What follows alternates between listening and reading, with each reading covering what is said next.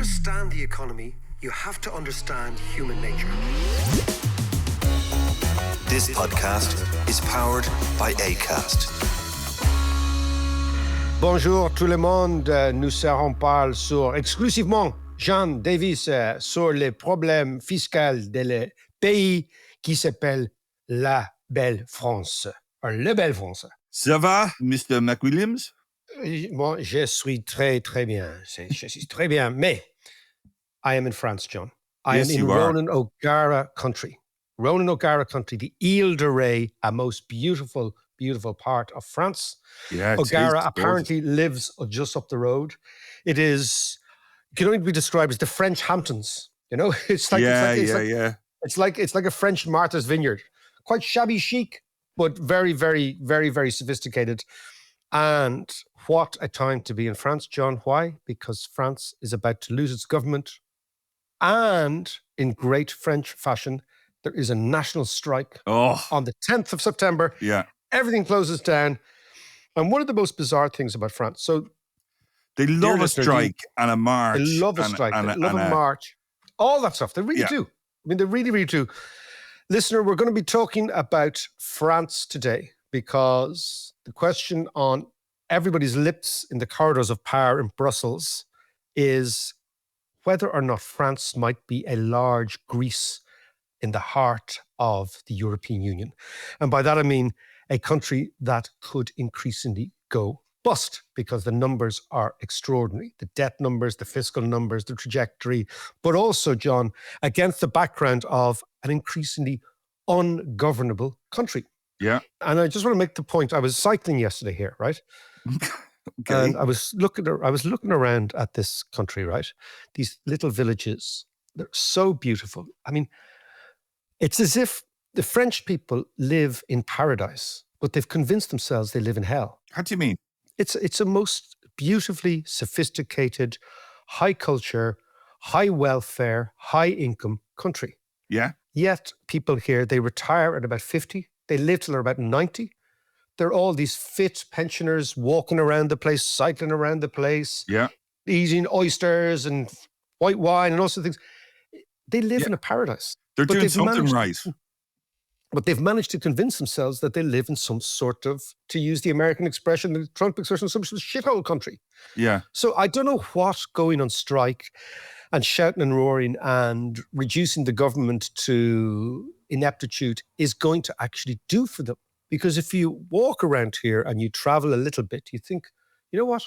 France must be, and it is, in the top 10 of countries to live in the top 10 countries to be born in the top 10 countries to get sick in the top 10 countries to be educated in. All these things, they do amazingly well. And yet the people are so, and apologies to our French listeners, but there is something delicately histrionic about these people. Dramatic, right? Yeah. I am not a person who likes beaches, right? I'm a typical Irish bloke who lives beside the sea. So even though we're brought up beside the sea, the less of the sea I see, the better. But of course, these places are so beautiful. Yeah. There's a big, big beach here. And so I go down to the beach and there's about 3 or 4 of us. And the beach is not empty, not full, but it's fine. Yeah. We put our towels down around, I'd say, 5 yards from a geezer who was on his own. He was in swimming, right? So we're miles away from him at this stage. He comes out of the sea, this fella, our fella, comes out of the sea, starts roaring at us. What? About how could you possibly do this? C'est pas vrai. And he was granting it because he thought that we had put our towels too close to him. He was about 5 yards away and he was on his cot. And I could have thought to myself, the fucking drama, right? And then there were elderly people about another 5 yards on the other side and they started going, I mean, maybe it was just us. It was just mix on the beach that they don't like, you know? Yeah. But it was something to do, I'm sure, with your plastic bag of tinnies that you had. It was probably, it was the bag of cans, the super value bag of cans, channeling our inner Matt Damon. But anyway. Yeah, but Mac, hang on a second though. Like you are in, as you said yourself, the Hamptons, the Île de Ré. So there's a particular type of French person there, I'm sure. You know, the part of France I go to is much poorer and Yeah, that's true. That's true. under pressure in terms of public services and transport even. So France is a very mixed country, and there's a lot of, in the same way as Spain is, there's a lot of empty France. Oh, A yeah, lot of there is. small villages kind of emptying out and derelict and all the rest. So Look, of course, Île de Ré is a bit swankier. I blame Ronan O'Gara, obviously. I mean, maybe O'Gara's reputation, because they lost the other night as well. did they? La Rochelle. Yeah. So maybe after an invasion of paddies in Munster jerseys as a result of O'Gara, that the French have just got a bit pissed off with this. Yeah, no wonder your man was going mad on the beach. Yeah, maybe he was. But in general, John, what I'm saying is that the quality of life in this country is extremely high, not only by European standards, but by international standards. And yet the sense of despair, dissolution, negativity, resignation is palpable. And what I'm trying to understand is how you actually can square these two things. And what you're seeing right now is the government will fall today or tomorrow. There will be general strike on Wednesday, the 10th of September. Mélenchon, who's the leader of the far left group in Parliament, has said that they will not allow any government reforms or changes or legislation to go through until Macron resigns. Right. So he wants to try and use this opportunity to get Macron as president to step down. Macron himself is a lame duck president since he called the presidential parliamentary election last year. He's still respected here a little bit on international affairs, but on domestic affairs, he's just laughed at. He's lost his power. Yeah. So what you have is a sort of a crazy situation where Europe's second largest economy is in a total cul-de-sac. Because on the one hand, you have a huge amount of internal debts. We'll talk about that in a second. And on the other hand, you have a political class that seems intent on bringing down the state, trying to foster another election. And of course, the polls are saying that Marine Le Pen, after her third time trying to be president, will win this time round. Well, she's getting closer each time, isn't she? She's getting closer and closer and closer each time. Yeah. So what you have, John, is at the heart of the European Union, there has always been France. Yeah. France is Europe.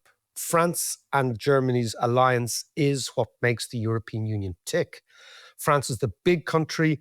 It's always regarded itself as the leader in Europe.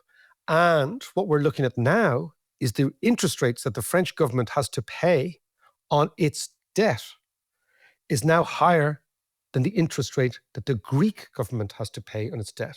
Wow. So the financial markets are looking at France as a worse bet than Greece. Now, think about Greece defaulted. This is the first time ever, is it? It's the first time ever. So Greece defaulted on everything about 10 years ago. Yeah. So it just shows you how badly the French economy and financial and fiscal establishment has managed itself over the last 10 years. Yeah. So that is, for France, a big dilemma. I will have just put one caveat, John, is that a lot of the financial markets, bond markets commentary is in English, number one, and it's written by English people, number two. Now, the reason this is important by Anglo-Saxons is that when I worked for a French bank years ago, BNP Paribas, and I worked for a Swiss bank. What I was always amazed by in London was the talk about France was always so negative on the part of English economists and British-based economists, right? Right. What do you mean? Like, why? Well, I remember even in the 90s, many times the central case was that France would unravel, the European Union would unravel, and it was only a matter of time before, the euro unraveled, broke apart, there'd be debt crises, etc., etc. So the default position on the part of Anglo-Saxons has always been that France is one bad decision away from a default. Yeah. I never, ever thought that. And I remember being the French economist in UBS, and I always said, look, hold on a second, they've got a very high savings ratio, they've got very, very good companies, all that sort of stuff, right? Yeah. But that's just the English view, which they based in history, It's based on Agincourt and all that sort of thing, and the 100 Years' War, and we used to own Calais and all that sort of malarkey, right? Yeah. So what I would say, dear listener, because this is an Irish podcast, discount a little bit the obsession on the part of the British financial community suggesting that France is always and ever one notch away from default. However, looking at the figures now, John, and looking at the inability of France to govern itself, and looking at the paralysis, and looking at the fact that they've got a lame duck president, and looking at the fact that financial markets are now saying, hold on a second, there is something seriously wrong here. Not only seriously wrong, but the prospect of the new government, of a Le Pen government, is a totally different kettle of fish than anything we've ever experienced. Because why? Because literally since de Gaulle declared the Fifth Republic, there has been a sense of stability in France, and that begins to unravel. So the podcast is about two things, John. One, might the French default? Number one. Number two, and probably the more provocative discussion will be, are we on the cusp of a sixth republic in France? Because remember that de Gaulle created the Fifth Republic in response to an inability of the parliamentary system to govern itself properly in the 1950s against the background of the Algerian War. Because the socialists and they were always constantly arguing, and de Gaulle said, hold on a second, guys, we've got to fix this because the country's ungovernable. And he declared the Fifth Republic, and he himself wrote the constitution of the Fifth Republic, and he elevated the president to be almost have superhuman powers, right? Yeah. One man. And this is in contrast to our presidential election, where we have a presidential election about a sort of a symbolic position, where the French president is a real position. Why did he do that? He did that because he thought, hold on a second, I'm the big man.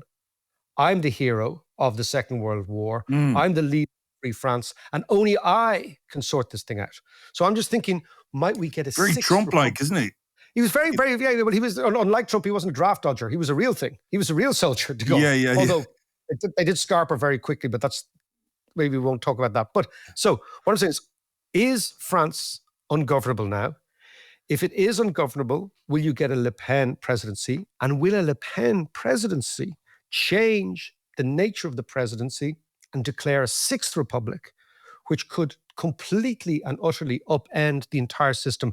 And with it, the important thing for non-French people listening to this is the entire infrastructure edifice around which the European Union is built. Not just the euro, but all the institutions, all that sort of stuff. So big stuff, John, this week in France. And I have a load of questions about this, not least kind of how did we get to this point and all this.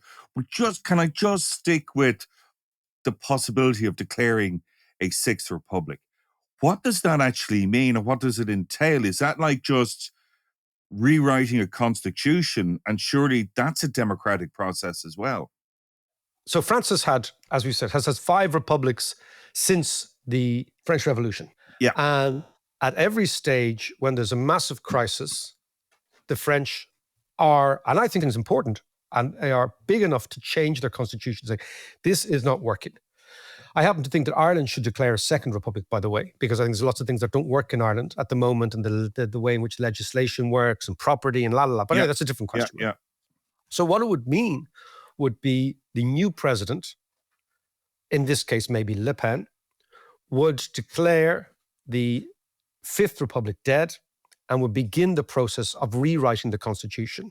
Now, what de Gaulle did back about 30 or 40 years ago at the beginning of the Fifth Republic was he centralized enormous amounts of power in the hands of the president, which is why when Macron started, he was being referred to as the Jupiterian president. Yes, I remember that. Yes, he saw himself as Jupiter, like this all-powerful sort of almost godlike creature. Little Jupiter, a mini Jupiter, exactly. But nonetheless, Jupiter nonetheless. Yeah. So the question is, would Le Pen do something like that? Or not even Le Pen, whoever comes in, right? And I think you cannot be ruled out. And that, of course, would change the nature of France completely.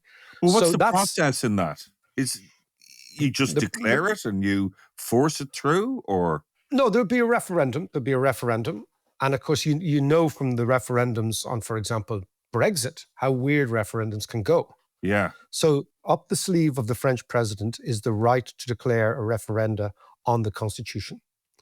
And this could well be something that Le Pen, if she wins, and if there is a fair wind behind her, and if there's a sort of a confidence on the right wing, that they could declare a Sixth Republic, which might have massive implications for human rights, for all those sort of things, for the constitutional nature of France. Yeah, and for Europe, ultimately. And for Europe as well. So that's at play here. So I think that the reason the financial markets are now becoming much more nervous about France isn't just because France has got a huge amount of debt. It's because the process that could be triggered by this latest round of political upheavals and instabilities could lead to something really monumental. And against that background, people are rightly thinking, hold on a second, how does this country get out of this mess? Yeah. So at the moment, there's a very sort of bedraggled fella, John, called Bayrou, and he's the present prime minister. And he is going on TV all the time, trying to convince the French that they've got a crisis. And nobody wants to listen to him. So on the one hand, they think living in France is awful. But on the other hand, nobody wants to do anything about it. So because they're at lunch. Because they're at lunch. Exactly. Because they're eating moule frites and a glass of Sancerre. So what you have, right, is this poor bedraggled fella with a coalition that doesn't work. Coalition is now broken apart. The left wing are they're basically going to say, we're going to torch everything, right? Yeah. The right wing are sitting in the wings, just waiting for the whole thing to pan out. All the while, Le Pen's position in the polls rises. So this is great for the extremes on the left and the right. The center is being hollowed out. And again, one of the reasons is because Macron, when he declared his snap election last year, lost. He thought he'd win, he lost. And the extremes on either side are setting the pace of the discussion. Yeah. And they are setting the terms of engagement of the political class. And the most obvious example of that is the national strike on the 10th of September. Yeah. Because what they want to do is they want to bring down the president. It's not just that they want to change the system. They want to bring down the president. And that was Mélenchon, the extreme left leader, has said that basically they will do nothing until Macron resigns. So we're in this total bind. Yeah. So what I'm saying is this is kind of the end game for Macron. And what people are concerned about is it the end game for the Fifth Republic? And if it is, what does the Sixth Republic look like? And who's going to be the leader? Yeah. These are huge imponderables. All the time, the financial markets are getting increasingly worried about the sustainability of French debt. And I'll just give you some figures, right? Yeah. So what I've done is I've looked at what they call the consolidated balance sheet of the French system.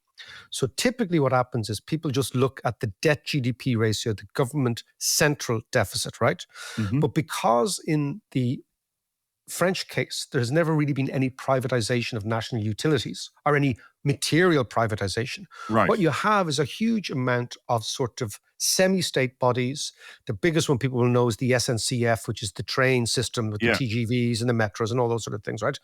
But in parallel with central government, there is this huge, what we would call in Ireland, semi-state debt as well. And is this part of the problem? That, obviously semi-states, as we know here, are notoriously inefficient.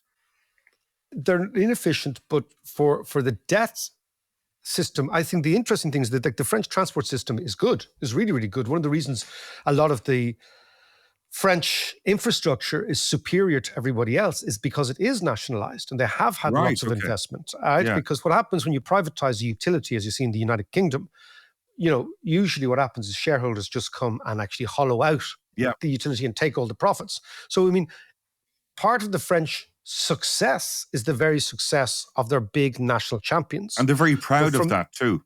Exactly. But from a debt perspective, you've got to add all this stuff together to get the picture.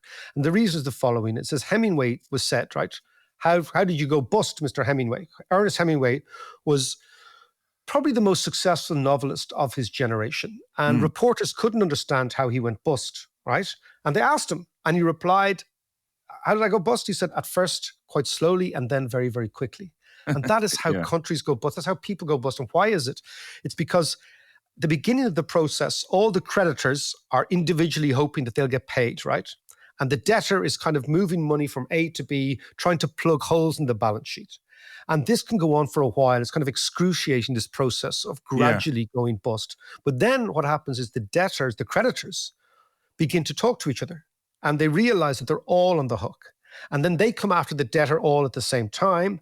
And of course, the debtor can't actually move money around. And when they come after the debtor all at the same time, what you find is that's the default process. That's the very quick part, as Hemingway said. You know, the slow part is excruciating, and then it happens quickly. The same thing happens for countries. There's a run on the currency, there's a run on the bond market, and it happens very, very quickly. The reason it's called a run, not a walk or an amble, is it happens quickly. Yeah, a sachet. A sachet, exactly. A debt sachet. Yeah, so a sachet on the currency. So if you look at, and the currency is an important part as well here. Yeah. So the total external debt, taking everything together of France, is about 248% of its GDP. Its external debt. Its total debt is about 319% of GDP, right? So because it owes a lot to itself, right? Wow. French investors, right? That is the second highest in the world after Japan. Now, the problem with Japan is that hang on a second, how come Japan can survive or seems to be surviving better than France with a level of debt that high? Very good question. Two reasons. First is the Japanese finance themselves. So Japanese savers buy Japanese government bonds, and it's a form of transferring money from the state to the savers. So if the rate of interest rate goes up, it's Japanese savers that actually see their income going up. So in a way, the Japanese system is internal. That's the first thing. The second and more crucial aspect is Japan prints its own currency. So it prints the yen, right? So the Japanese government can actually create inflation to reduce their long-term liabilities if they want to. The French government can't because the French government used the euro. The euro isn't France's currency. France doesn't print the euro, right? The ECB prints the euro. It was France's idea, though, wasn't it? It was absolutely France's idea. And it was France's idea to have the euro to try and bring the Germans into the French zone of interest. What has happened is the good thing about the euro is in good times, interest rates are low, so companies can get finance, people can borrow. But in bad times, you cannot print money to get out of your debt situation. That, of course, is the essential difference between Japan and France, which is why Japan can actually go along, amble along, no problem at all for many, many decades. France can't because it can't print the money. So the French government can't basically lean on the French central bank to print the money to get them out. Right. So that's the problem. This is where France is in this sort of debt cul-de-sac at the moment. And it's a fundamental flaw of the euro. It is. It's a fundamental flaw of the euro. It's also a fundamental flaw of the design of the euro because the euro is a monetary union without a fiscal union. So it's a monetary union without a budgetary union. And if you don't have a budgetary union, what you will have is various different fiscal policies deep within the system. And because the system is slightly deflationary in the sense that the objective of the central bank is to keep inflation at 2%, it's very, very difficult if you get into a debt spiral to get out of the debt spiral. And that is, of course, what people are looking at now within the euro. So if you look, for example, of the two main countries in the euro, France and Germany, they started in the euro, let's say in 2000, with broadly the same amount of debt. Today, if you do the consolidated balance sheet of Germany, its total debt to GDP ratio is about 200%. France is about 319%, right? Wow. So it's really disimproved over the last 20 years. It costs Germany about 12% of its GDP to service this debt. It costs the French about 20% of GDP to service this debt every single year. Now, up to now, foreigners have been happy to buy French debt because the assumption was the European Central Bank would do what they did in the case of Ireland and ultimately in the case of Greece, which is they bought the debt of defaulting countries, right? So the assumption is that the European Central Bank will come in and bail out France. That was up until the last couple of weeks, right? That's kind of a crazy idea, though, isn't it? Kind of banking on the fact that somebody else is going to bail me out. It's like not taking responsibility for yourself. If your kids did that, don't worry, Dad will bail me out. Come on, man. Well, I tell you what, right? So basically what you have is a situation where when the ECB was set up in the 1990s under the guidelines of the Maastricht Treaty, there were an enormous amount of locks and checks and balances which said The European Central Bank will never, ever, ever buy the debt of defaulting countries, right? Right. Now, that was the case up until 2012 when there was a European debt crisis. The European debt crisis led to a euro crisis because people said, well, hold on a second. If this central bank does not act as the buyer of last resort of the bonds of a country that's in trouble, the only way out for that country is to leave the euro.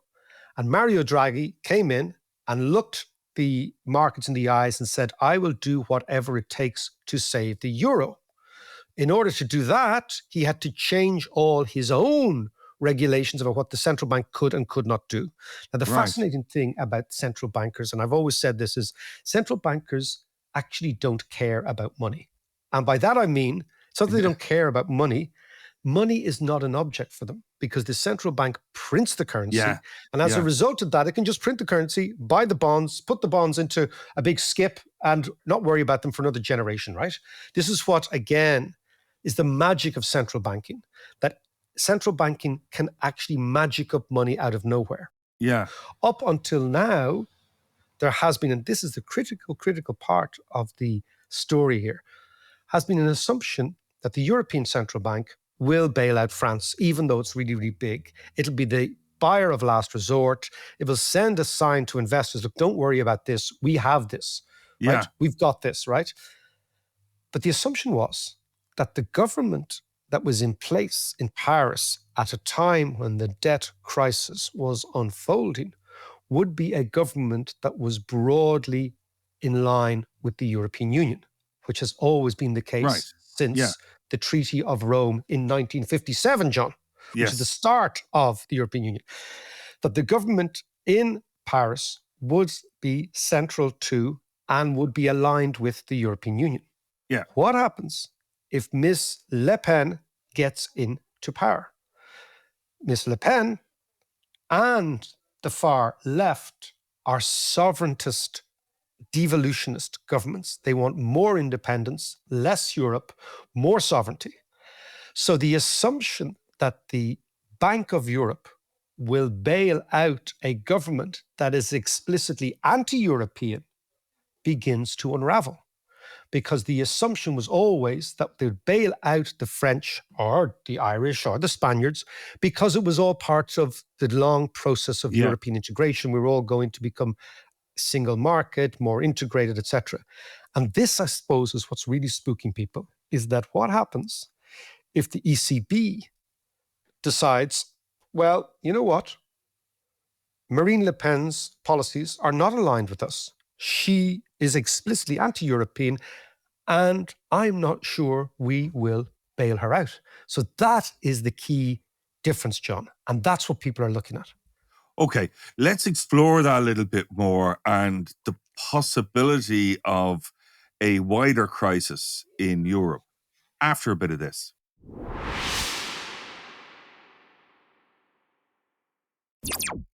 Mark, so we're talking about the unraveling of France and the big French crisis and what that might do to, number one, the euro, and number two, the EU in general, and are the cracks beginning to appear in that. But before we ask that, I just want to ask you, like in all the podcasts we've done, we've been talking about debt crisis in America, in France, in the UK, in Ireland, in Japan, here, there, and everywhere. So this kind of system, this economic and financial system that we all live under, if at the end of the day, we all just end up with increasing debt burden, you know, does it mean that this system just doesn't really work? It's not fit for purpose. And do we need not just a new French Republic, but a new tear down the whole system and start it all again? Well, that's not a small question, Johnny boy. That's not a small question. You have 10 seconds to answer that. Okay, so this is very fundamental. So what most people don't see is that they look at debt, but every single debt has got a corresponding asset. Yeah. So what are the assets that have been built up? So yes, the world, particularly the Western democracies, seems to have an exploding debt figure. Okay, that's where we use the debt to GDP ratio. But what we never look is, what are the assets that we have built up? Think about all the assets in the French state. Think about all the human capital. Think about all the universities. Think about all the factories. Think about all the railway infrastructure. Think about all the buildings, right? So what we forget is that every debt has a corresponding asset. Right. And it's only when the quality of those assets begins to deteriorate that we should worry. See, at the moment now, what we are looking at, the debt GDP ratio, if you really think of it, if you really intellectualize about it, is quite a fallacious number, because it's looking at debt, which is a stock, against income, which is a flow in economics, right? This is deep macroeconomics, John. Good stuff. I like it. Didn't think we'd get there on a Sunday, but anyway, here we go, right? So what you've got to look at is the debt to asset ratio. But your point is very, very valid. Why is there this enormous, or seems to be this extraordinary explosion of government debt in particular? And the reason there's an explosion of government debt in particular is because government debt is the collateral that central banks require in order to lend money. So this is the core of the fiat system, which is which a lot of our crypto boys don't understand, right? Yeah. Or they only look at one side of the balance sheet. So for example, if the Irish state wants to build a road, it gives a government bond to the central bank, the ECB, and in return, the ECB give it money. So what you have is, as the debt burden seems to increase, what you're also seeing is a very dramatic increase in the money supply. And the money supply is used to buy stuff. Yeah. So at the core, the reason government debts are so big is because they are the collateral against which the entire monetary system is built. Right. And if you assume that all that money is being pissed away, right, and there are no assets on the other side of the balance sheet, then you can say, well, hold on a second, we've got a problem. But if you look at what is actually on the other side of the balance sheet, there tends to be assets. Now, at certain stages, there has to be a reset, and you're absolutely right. And that's what the rate of interest is telling us. Because the rate of interest begins to rise because the rate of interest is a reflection of the perception of sustainability. So there may well be a reset, and that reset is called a reset, it's called a default, it's called a renegotiation. Whatever it happens to be, it's a reframing of the original contract between debtors and lenders. Now, that may well happen. But what we're looking at in the case of France is something that technically I've just described what goes on, but politically we're looking at something different. And the reason is because defaults are contagious. Why are they contagious? Because financial markets behave like herds. So on the way up, they're driven by FOMO, a fear of missing out. So they want to acquire the asset that everybody else has. But on the way down in a crisis, there's the opposite of FOMO. Everybody wants to sell everything at the same time. Yeah. And the problem with that is that if you, for example, John, are in debt, right? And the banks say, well, listen, John, you know what? You're in debt. What you should do now is sell your flat or your house that you live in to pay your debts. Yeah. That's fine as long as you're the only one selling. So you will find a buyer. But what happened if all the banks tell all the debtors to sell at the same time? The only thing that will happen then is prices will fall because there are too many sellers and no buyers. And the buyers, of course, will wait on the sideline. Why? Because they'll say, well, look, if the house price goes down by 20% today, it might go down by another 20% tomorrow. So we'd be foolish to buy today, so we wait, right? So the very act of falling prices can actually militate against buying things. Now, this is why you get debt crises, right? So there's a contagion. If something happens in France, then someone will say, well, what about Italy? Italy's metrics are as bad as France. They start to sell Italy. What about, then they say, well, what about Spain? They start to sell Spain. So the reason within the euro there is this fear of debt crises is because of the fact that you have monetary policy, but many different fiscal policies. Yeah. So you have, in effect, a one-size-fits-all. The only way that can actually make sense is if the central bank does what Mario Draghi did in 2013 and they go in and buy the stuff, right? As the lender of last resort. But they only buy the stuff if they are aligned politically with the debtor. Yeah. So in a way, they give their mate a helping hand. But what happens if the debtor, in this case, France, is being run by somebody who is explicitly anti-EU and has come in on a platform of less Europe, more France, of France first? She spoke years ago about going back to the French franc. She's dropped that. But this idea that the European Union will always and everywhere indulge people does not necessarily make complete sense if Le Pen is... And the good example is Orban, you know? Yeah. I mean, the European Union is very against Orban. They're not supporting Hungary in any shape or form. Yeah. And the big fear... There's a big protest here last night with the Ireland-Hungary match. Was there? Yeah, because Orban was here. Oh, was he? Did you go? Did you throw bricks, John? No, not this time, no. So if we come back to this idea, right? The fear now is not that France wakes up and says, oh my God, we have a huge debt burden. The fear is that France wakes up this week and realizes the country is ungovernable. The system isn't working. The centre cannot hold. Macron is a lame duck. Then people say, okay, well, what's coming after Macron? It looks like Le Pen is coming after Macron. Yeah. And then what does Le Pen do? And what do financial markets do if Le Pen gets in? And what does the European Central Bank do if Le Pen gets in? Now, that is the real imponderable. And if there were a crisis in France, it's highly unlikely that the European Union could ring-fence France alone. Yeah, so it would be contagious all across Europe. And then what? I mean, could this be the end of Europe and or the euro? Well, I think that, let's not get too Brexity, because there'll be lots of, in the Farage Reform Party in London, the Daily Telegraph will be loving this carry on, right? Yeah, by the way, I happen to think that Britain will default before France, but that's a different podcast. We did that podcast before. Oh, right? yeah, we'll come back to that one. We'll come back to that one. But what I do think is that the risk that eventuality becomes a reality is increasing by the day.